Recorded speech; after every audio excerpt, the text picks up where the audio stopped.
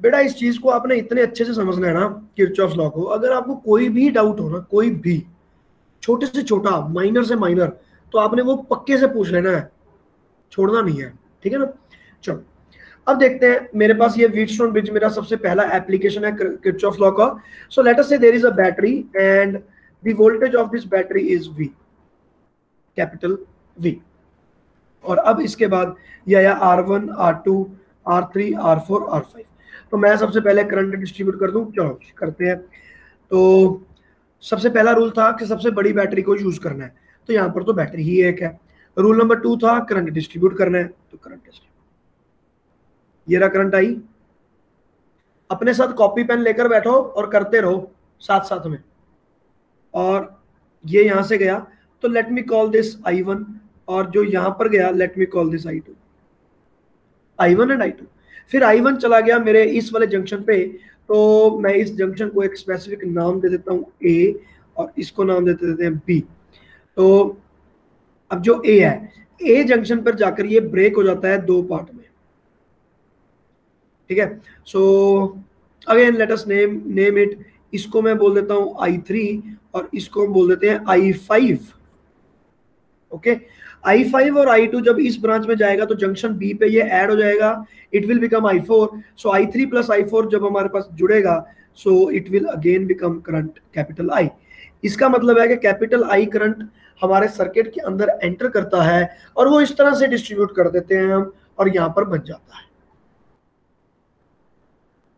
अब इसको हम ऐसे भी कर सकते हैं, and there is one more method in which we can do it. Now what is that? So let me use green colour now. So what I am doing, यहां पर मेरे पास करंट आई है और इसको मैंने I1 दे दिया current. तो मैं अपने वेरिएबल्स को कम से कम करना चाहता हूं, तो instead of I2 I can say that it is I is equal to I1, I minus I1, junction law use करके। अब I1 ऊपर चला गया, तो I1 ऊपर चला गया, तो मान लो यहाँ पर I3 चला गया, या मान लो यहाँ पर I5 चला जाता है, तो I3 को मैं लिख देता हूं I1 माइनस I5। इस तरह से number of variables can be reduced. अब ये I minus I1 minus I5 आ गया, अब ये I5 आया यहाँ पे, और यहाँ पर जब I4 आया तो इट विल भी, दोनों को ऐड करना पड़ेगा। सो I minus I1 plus I5, so that will be the current in R4। is that all right बेटा? Yes sir. ठीक है, तो इसमें से I5 जा रहा है, इसको हमने I5 ही माना हुआ है। So this is how we reduce the number of variables. अब सोच के देखो, I3 को मैंने हटा दिया, और मैंने I4 को हटा दिया, I2 को हटा दिया, मैंने 3 वेरिएबल अपने खत्म कर दिए, नहीं तो मुझे उतनी ही इक्वेशंस ज्यादा चाहिए थी। So this is the way I will take it, and I have distributed the current. So now what is the step number 3? The step number 3 was to write the equations. चलो जी, अब हम equations लिखते हैं। सबसे पहले identify the loops.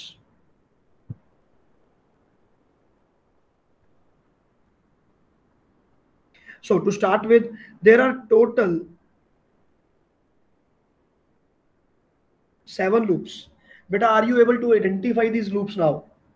अब देखते हैं, अब इनका मैं नेमिंग करता हूं, ए और बी। चलो ये ए और बी को हटाओ, इनकी नेमिंग दोबारा करते हैं हम।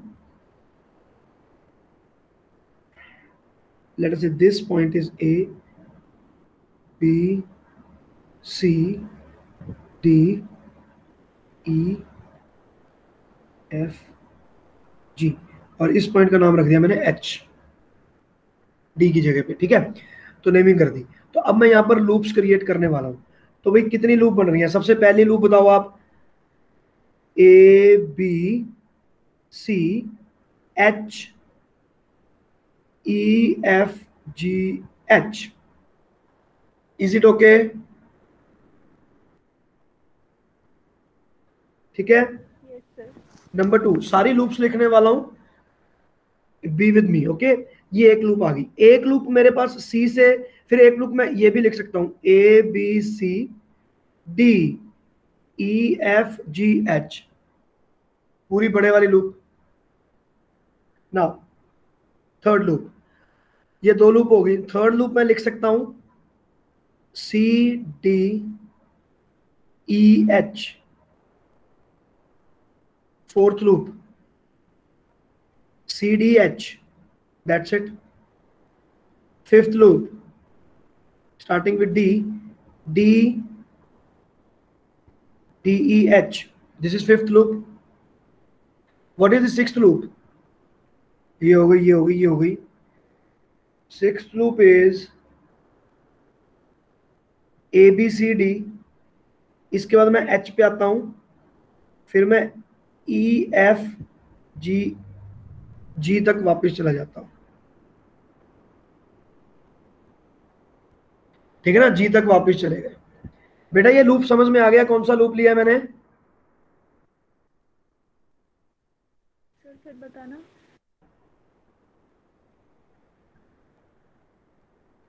Like this. ये जो सबसे पहले वाला लूप है ये है ऐसे.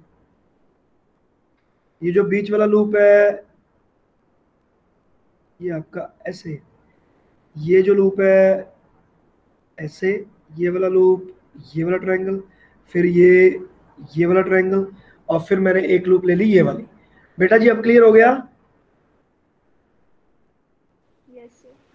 बेटा आपकी आवाज नहीं आ रही, बिल्कुल भी खत्म हो गई आवाज. Yes sir. ABC. अब मैं वापस जा रहा हूँ, ABC से H चला जाता हूँ और फिर ऊपर चला जाता हूँ DEFG. तो ये कौन सी लूप होगी? ये नीचे गए, ये ऊपर चले गए, ऐसे ऐसे. So these are the 7 loops which we have identified.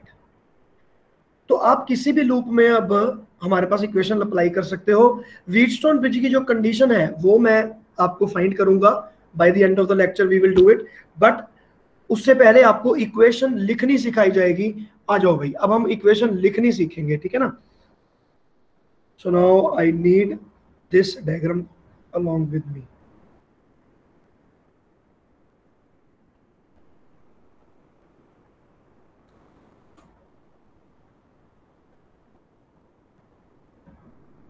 चलो, तो अब हम चलते हैं. तो अब मैं लिखता हूं लूप नंबर 1. तो लूप नंबर 1 मेरी क्या थी बेटा? बड़े वाली थी. ABC, फिर D, फिर E, फिर F, फिर G और फिर बैटरी. ये मेरा पूरा बड़ा रूट है लूप वाला. ठीक है, तो उस लूप में जाने के लिए we can do this thing that I can just rub these things.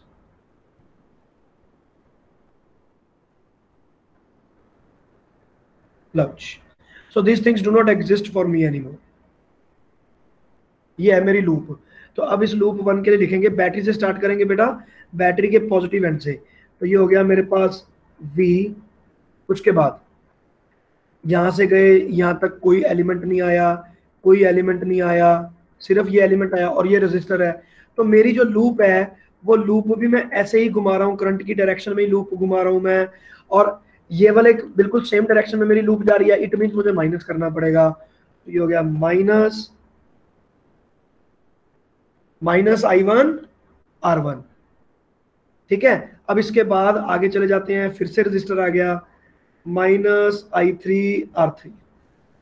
ठीक है, इसके आगे फिर हम जाएंगे. देखो यहां से गए EFGV, कोई भी बैटरी कुछ नहीं मिला मेरे को, कोई एलिमेंट नहीं मिला. So this is coming out to be equal to 0. बात क्लियर होगी बेटा? Yes sir. ठीक है, this is how we write. Okay, चलो. तो अब मैं दूसरी किसी लूप के बारे में देखना है मैंने, तो लेकर आते हैं इसको. ना पहली लूप का हो गया, तो अब आपको पता चल गया अभी इक्वेशन लिखनी कैसे है. तो let us say that we are having second loop. अब बेटा सेकंड लूप यहां से है. अब मैं इसमें कुछ भी कटिंग फटिंग नहीं कर रहा हूँ. A से B, B से C, C से H, H से E, E से F, फिर G. मतलब लोअर वाली लूप है मेरी, यहाँ वाली. और करंट की डायरेक्शन में मैंने इस लूप को घुमा दिया. ठीक है, so I am going to move like this, then like this, यहां से ऊपर, फिर यहां से ऐसे, फिर ऐसे और फिर ऐसे. So this is the loop that I am now going to follow. Starting हमारी बैटरी से होगी, ये रही V माइनस. इसके बाद क्या होगा? अगर कोई तुक्का मारना चाहता है तो बोल सकता है. हाँ भाई, minus I2 R2. Yes exactly why because current is moving in the same direction. इसके बाद Charu next come on.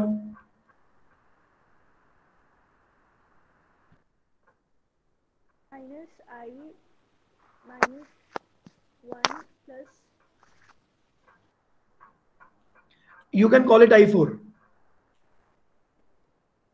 I4. तो क्या माइनस क्या करूं मैं यहां से,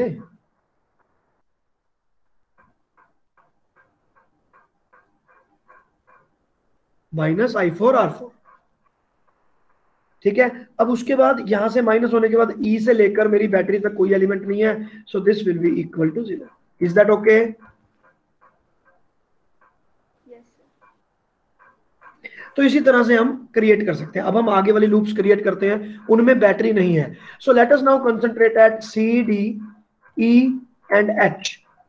सी डी ई एंड एच।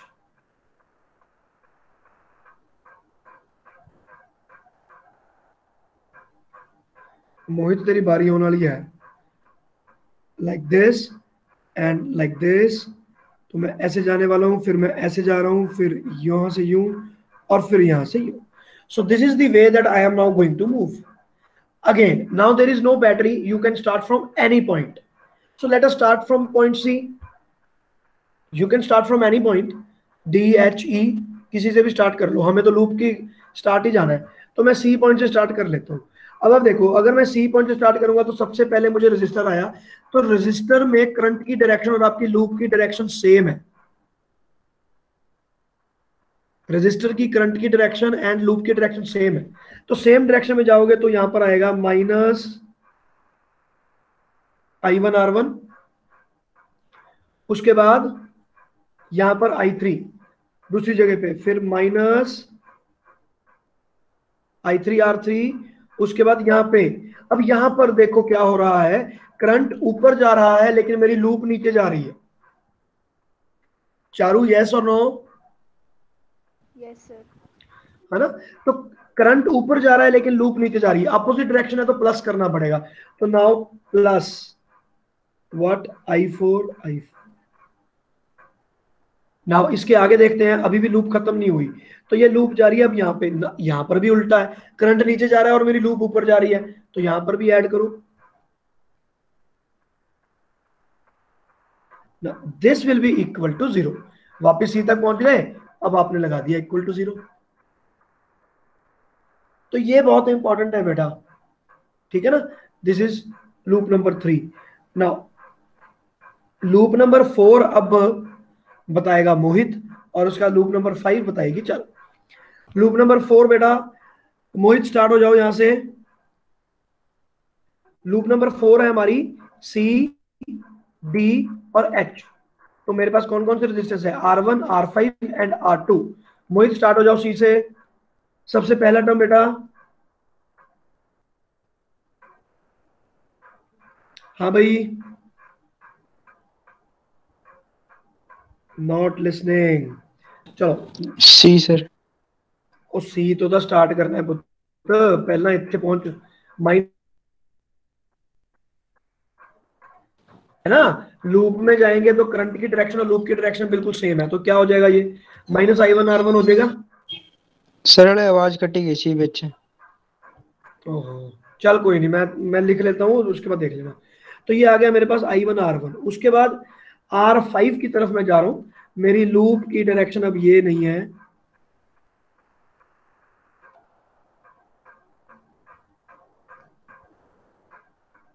ऐसे। तो अब पहले हो गया ये माइनस, फिर हो गया -I5R5, उसके बाद माइनस। अब माइनस नहीं होगा, अब यहां पर प्लस करना पड़ेगा। क्यों? क्योंकि मेरी लूप ऊपर जा रही है और करंट नीचे जा रहा है, तो इसको प्लस कर दिया, ये आ गया मेरे पास I2R2। This will be equal to 0। हाँ भाई, so this will be the last for today, loop 5, मतलब इन दिस डायग्राम। हाँ भाई, तो मैं अब आपको पहले लूप बता दूंगा कौन सी लूप मैं रेफर करने वाला हूं।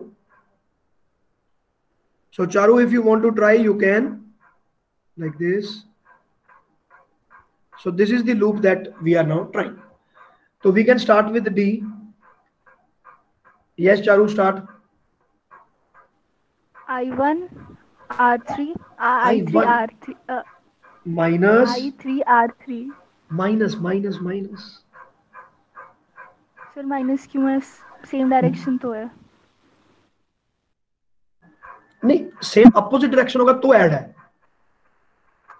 Okay sir, yes. है ना? तो this will be minus I3 R3 then minus I4 R4 plus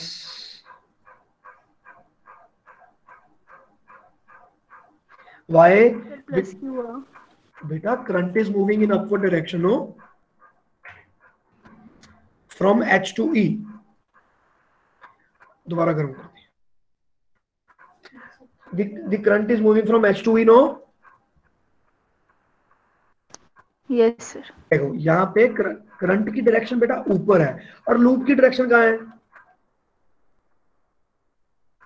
नीचे। नीचे की तरफ जा रहा है ना? Yes sir. बेटा समझ में आया कि नहीं? अगर ऐसे यस मत बोलो, अगर नहीं समझ में आया तो सही के सर समझ नहीं आया। सर आ गया। हाँ आ गया बेटा, तुम्हारी आवाज कट रही है। सर आ गया समझ। तो फिर आगे बोलो, अभी लूप खत्म नहीं हुई।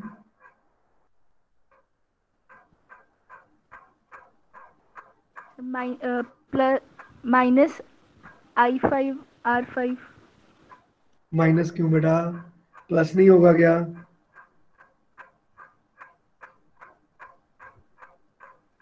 बेटा देखो ना यस सर। करंट, सर मैं डायरेक्शन ही नहीं देख रही करंट की। बेटा देखो ना, फिर करंट की डायरेक्शन और लूप की डायरेक्शन अगर अपोजिट है तो ऐड करना है, अगर दोनों सेम है तो माइनस करना है। ऐसे थोड़ी ना हमें ऐसे हर चीज माइनस करनी है, तो इसलिए देखना तो पड़ेगा। ठीक है, तो ये होगी लूप। ठीक है, तो आई बिलीव कि अब आपको लूप में तो कोई कंफ्यूजन नहीं होगा, है ना? इसको आप एक बार दोबारा घर पे ट्राई करना and everything should fall in place. So now we are going for finding the condition for our Wheatstone bridge. तो अब यहां पर मैं लिख रहा हूं for Wheatstone bridge.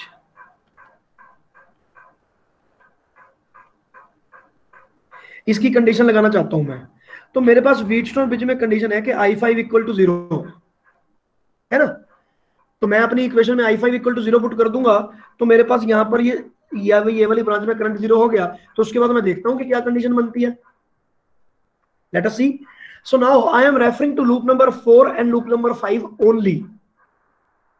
Loop number 4 and loop number 5, और इसमें मैं I5 को 0 पुट कर रहा हूं। So what will be my loop number 4?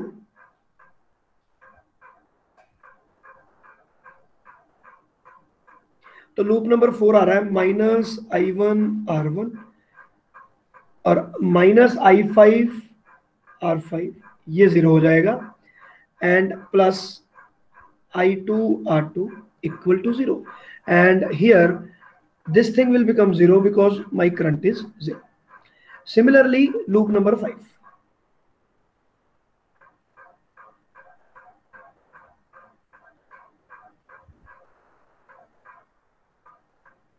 इसीलिए मैंने आपको ये पहले इसमें क्लास में आती है मैंने बोला कि इसकी थ्योरी बहुत आसान है, लेकिन जब आप इसके एप्लीकेशन में जाओगे तो दिमाग चक्कर खा जाएगा।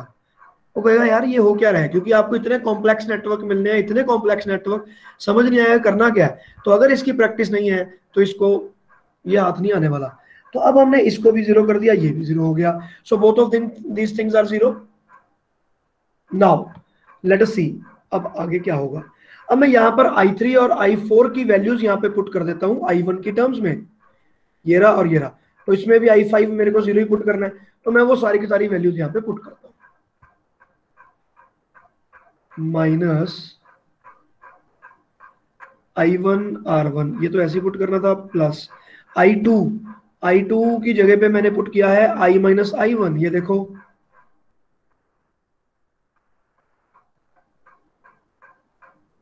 I-I1 into R2 equal to 0, और ये हो गया I1। ठीक है, और इसमें अगर मैं जाऊं -I3, तो in place of I3 I will substitute I1 - I5। I5 0 है तो I1 लिख सकता हूं मैं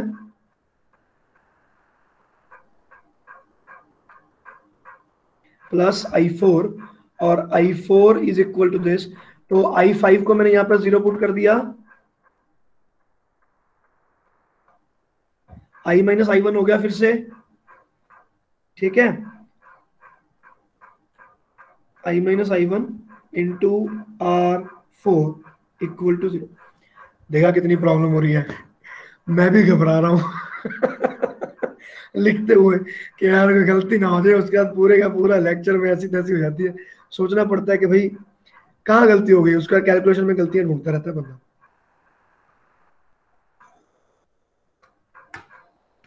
ओके, यहां तक आ गए हम। तो यहां पे अब मैं I और I1 की मैं रेशियो फाइंड कर लेता हूं और मेरे पास आ जाएगी, बात बन जाएगी।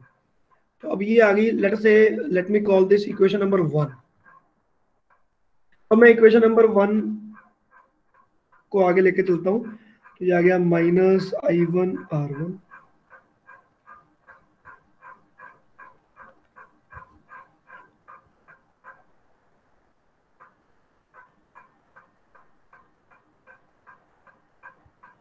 will be equal to I1R1, ठीक है।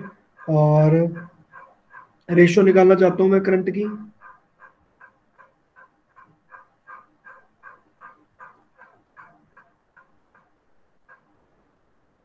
बस ये R2 को यहाँ से हटा के R1 डिवाइडेड बाय R2 कर देते हैं, और जो -1 है वो वहां जाके +1 हो जाएगा।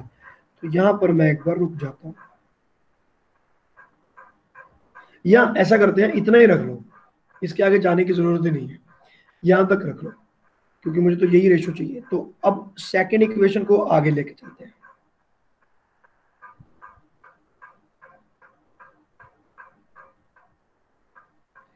ठीक है ना, साथ साथ में करते रहोगे अपनी कॉपी पेंसिल लेके, तो समझ में आएगा, नहीं तो समझ नहीं आएगा इसमें। तो अब ये हो गया मेरे पास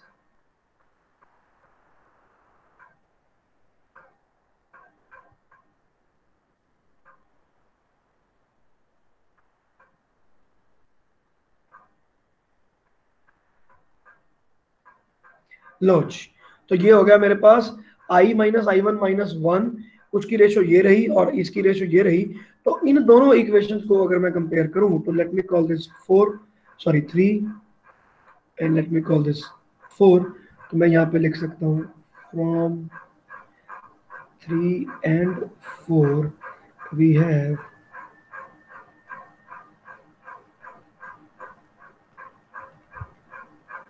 condition for Wheatstone,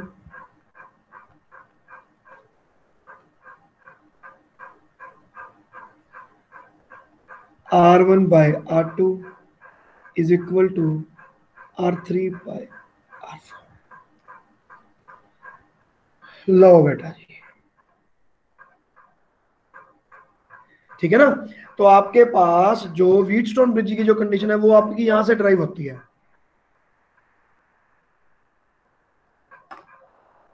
ठीक है ना। शायद मेरे से उस वक्त भी आपने पूछा था कि ऐसा क्यों होता है। So this is how it is run.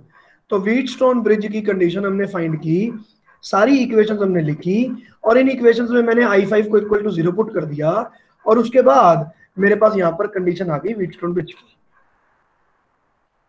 बेटा कोई डाउट है किसी को तो पूछ लो प्लीज। सबने नोट कर लिया सब कुछ? Yes sir.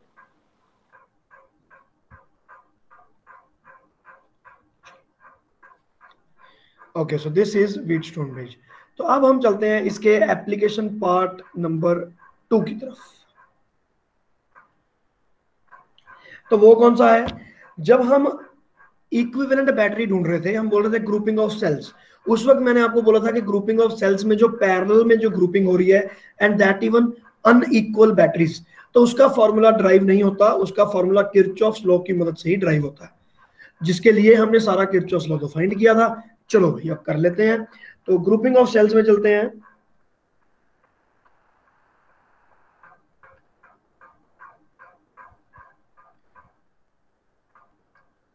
पैरेलल कॉम्बिनेशन, ठीक है, and dissimilar cells. Condition is that all the cells are dissimilar. ये सबसे बड़ी कंडीशन।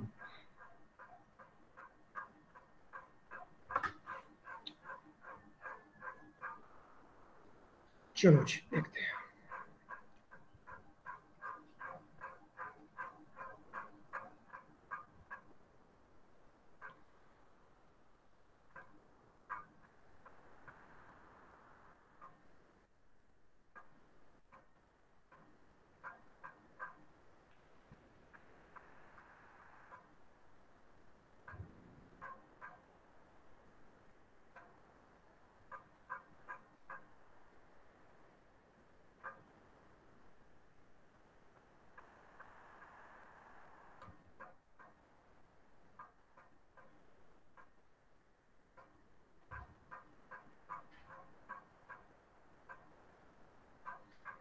ओके, तो ये हो गई मेरी एक बैटरी, ये है मेरे पास एक रजिस्टर। तो मैं सिर्फ 2 बैटरीज को लगाकर फॉर्मूला बनाऊंगा, उसको बाद में मैं जनरलाइज कर दूंगा बाकी जगह पर, क्योंकि किरचॉफ लॉ कितना कॉम्प्लेक्स है ये तो आपको पता चल ही चुका है। तो ज्यादा सेल्स लेने का क्या फायदा, और ज्यादा परेशान हो जाएंगे। इन्हीं चीजों पर मैं अप्लाई करूंगा। तो किरचॉफ लॉ अप्लाई करेंगे हम यहाँ पर। तो हम यहाँ पर लिखते हैं बाय किरचॉफ लॉ।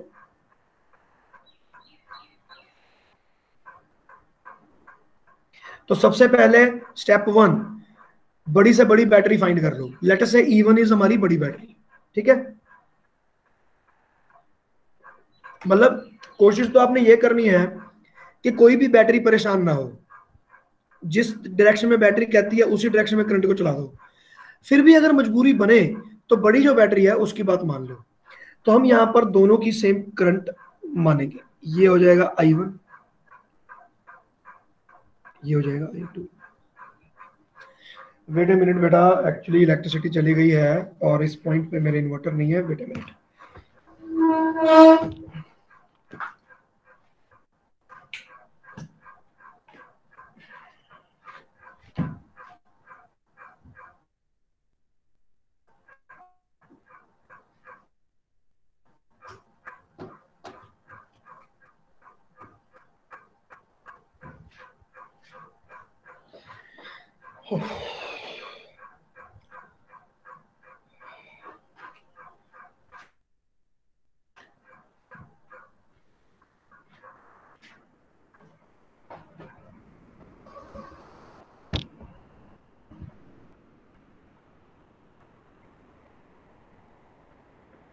ठीक है, तो मैंने यहाँ पर 2 करंट मान लिए, एक मान लिया I1 और एक मान लिया I2। दोनों बैटरीज को ही मना लिया हमने, किसी को रूठने नहीं दिया। तो जंक्शन लॉ यहाँ पर मेरे पास क्या बनेगा,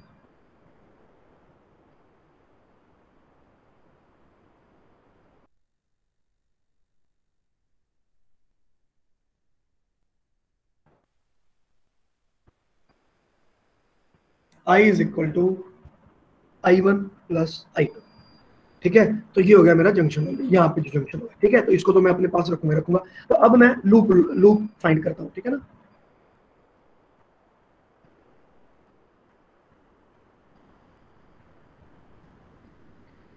अरे भाई हमारा इन्वर्टर आवाज करने लग गया, जाने वाला है सब कुछ। जब तक चल रहा है तब तक चला लो, ठीक है। चलो अभी मैं लूप लेता हूँ, तो एक बड़े वाले लूप लेंगे भाई।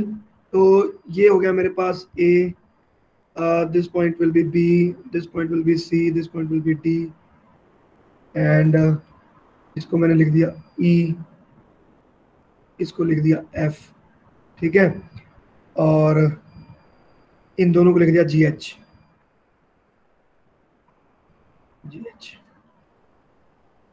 पहली लूप है, ये लूप है मेरे पास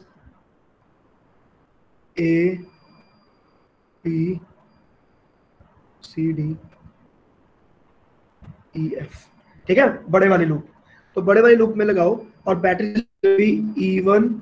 हाँ बेटा क्या चीज होगी, देखो मैं बैटरी के पॉजिटिव टर्मिनल से स्टार्ट हुआ हूँ। तो E1, इसके बाद यहाँ से गया यहाँ पे, यहाँ से गया यहाँ पे, कुछ नहीं आया, कुछ नहीं आया, कुछ नहीं आया, यहाँ पर जाकर आ गया।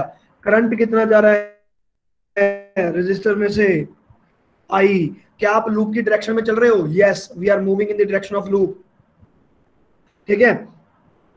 तो सेम डायरेक्शन में चलने के कारण ये माइनस करना पड़ेगा। तो मेरे पास ये आया minus of IR। So this will be equal to, अब मैं यहां से गया D से होते हुए E से, E पे F, उसके बाद यहाँ पे फिर से और इसके अंदर चला गया। बट यहाँ पर कितना करंट है, I1। तो अब मेरे पास यहां पर क्या टर्म आएगा? हाँ भाई बेटा, किसी की आवाज नहीं आ रही। -I1R1। यस बेटा, तुक्का मारना बहुत जरूरी है, इस बात को समझो। 0 सिंपल। अब इसके बाद मैं लेता हूं सेकंड लूप। तो मेरी दूसरी जो लूप है, अब वो मैं ए वाली में नहीं जाऊंगा। लेट अस स्टार्ट फ्रॉम जी। तो GBC DEH, तो ये नीचे हो गया, जिसमें मैंने E2 को कंसीडर किया। अगेन मैं बैटरी के साथ ही चलूंगा और मेरी लूप जो है वो करंट की डायरेक्शन में ही जाएगी। This is what we will try every time. तो मैं E2 से स्टार्ट करता हूं। E2 मैंने प्लस ले लिया, उसके बाद कुछ नहीं हुआ, यहाँ पे भी कुछ नहीं हुआ, लेकिन यहाँ पर हम सेट हुए। तो यहाँ पर जाकर क्या आ गया? -I/R,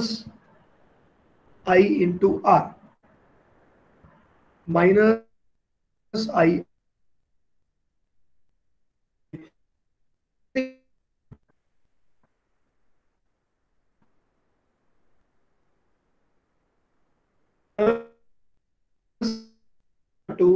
So that,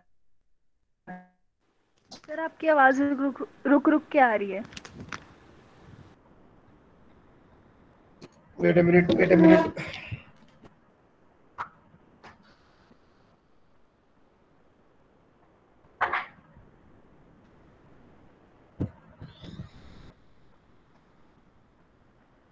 चलो, अब ठीक आएगी बेटा, अब ठीक आ रही है, देखो। Yes sir. Is it okay now? चलो अब देखो, अब आपके पास ये दो इक्वेशंस बन गई। अब इन दोनों इक्वेशंस को मैं सॉल्व करने वाला हूं for the capital current I. तो मेरे पास जंक्शन लॉ मेरे पास लगा हुआ है, that is I is equal to I1 plus I2। तो मैं ये भी कर सकता हूं कि यहां से I1 और I2 की वैल्यू पुट कर दूं और ये वाली इक्वेशन में पुट कर दूं। चलो तो देखते हैं करके। तो सबसे पहले तो, या फिर मैं ये कर सकता हूँ, R1 R2, ये बंद नहीं होगा, इसको एडिशन करने का कोई फायदा नहीं निकलेगा। I1 की वैल्यू निकाल दी जाए और I2 की वैल्यू निकाल दी जाए, that will be the most easy method. So now I1 will be equal to E1 minus R capital R divided by R1. So this can be written as E1 divided by R1 minus I into capital R divided by R। ठीक है। Similarly I2,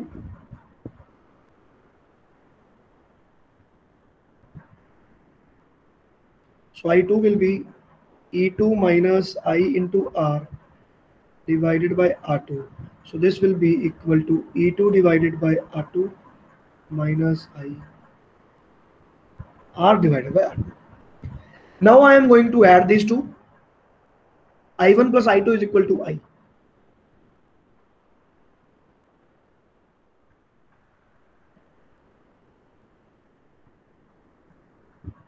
दोनों को add कर दिया। तो ये जो दो टर्म्स हैं, इन दोनों टर्म्स पर आपने ध्यान देना है। We are now adding these to.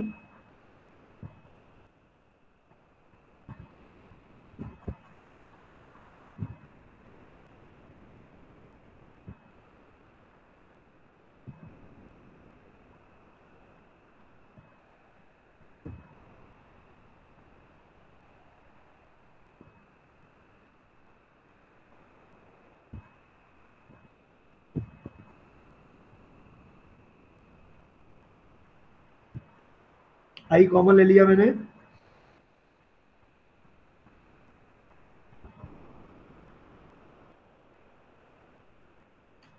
ठीक है, तो करंट करंट हम कॉमन कर देते हैं, इसको कर देंगे E1 bye R1।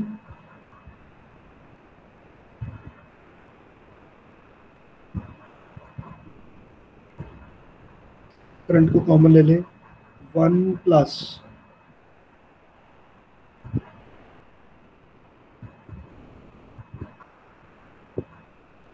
Is that right? ठीक है, तो अब आप ये देखो कि 1/R1 प्लस 1/R2 इसको मैं किससे सब्स्टिट्यूट कर सकता हूं। तो मैं अगर सर्किट को देखूं तो मैं कह सकता हूं कि R1 और R2 दोनों पैरेलल में है। तो R1 and R2 can be taken like this. तो 1/R equivalent will be equal to 1/R1 plus 1/R2। तो इन दोनों का अगर मैं R इक्विवेलेंट लूं तो मुझे लगता है कि मैं यहाँ पर इसको सब्स्टिट्यूट कर सकता हूं। बट उसको मैं कैसे लिखूंगा? 1/R इक्विवेलेंट, इसको हम उल्टा कर लेते हैं, तो रेसिप्रोकल करना पड़ेगा। 1/R इक्विवेलेंट, तो it can be written as 1/R equivalent for that, और ये हो जाएगा R प्लस R इक्विवेलेंट। तो R इक्विवेलेंट से मल्टीप्लाई हो जाएगी ये चीज, ठीक है। अब देखो बेटा, can I write it like this?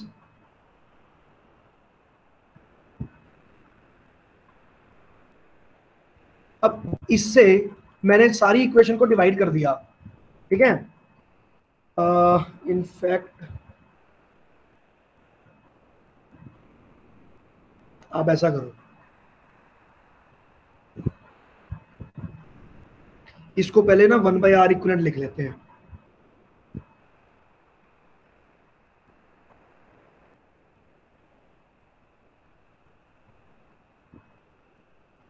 इसको लिख दिया R, और इसको मैं लिख सकता हूं R इक्विवेलेंट।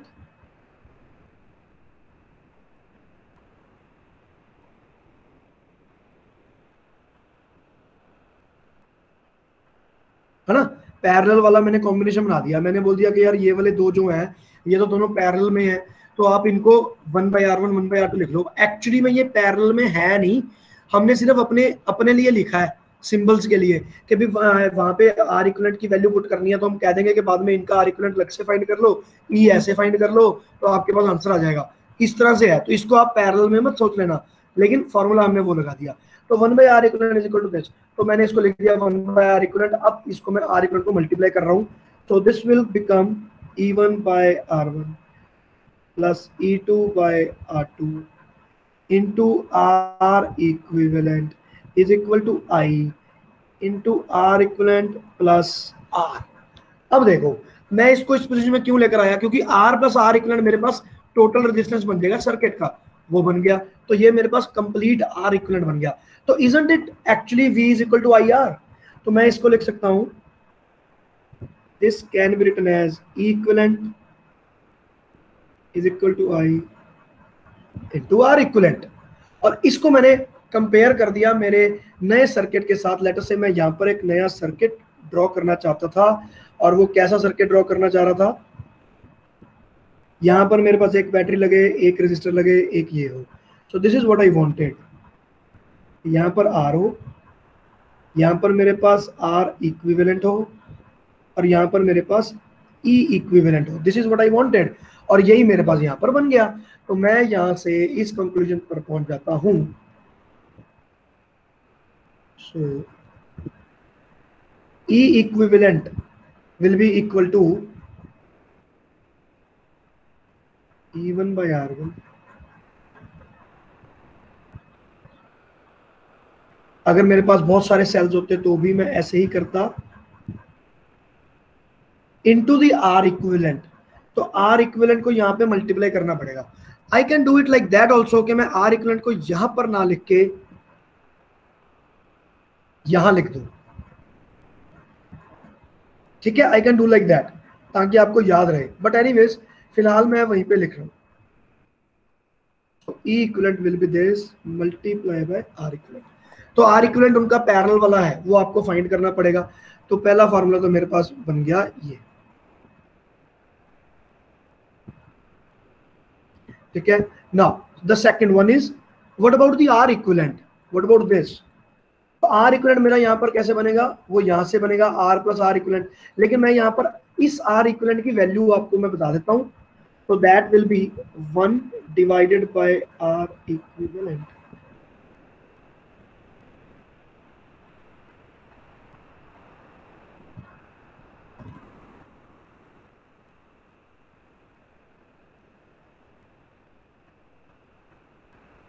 ये तो मेरा पैरेलल वाला कॉम्बिनेशन है रेजिस्टेंस वाला, ये तो पुराना ही फार्मूला है, इसमें कुछ नया नहीं है, ठीक है।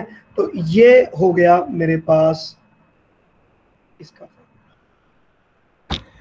तो from here you can find the E equivalent and R equivalent. तो ई इक्विवेलेंट और आर इक्विवेलेंट आपको यहां से फाइंड होता है इस सर्किट के अंदर।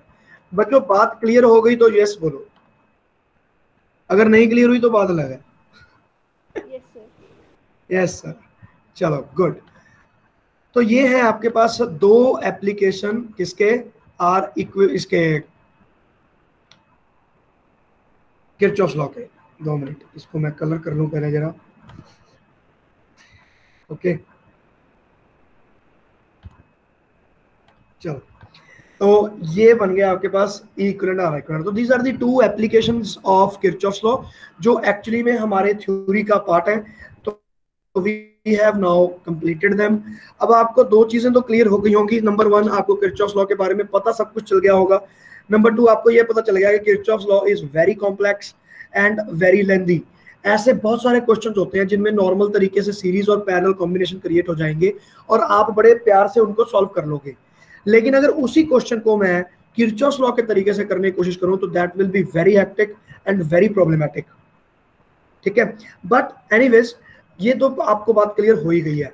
तो इसको अगर आप प्रैक्टिस करोगे तो ये आपके हाथ में आएगा, नहीं तो ये आपके हाथ में कभी भी नहीं आएगा।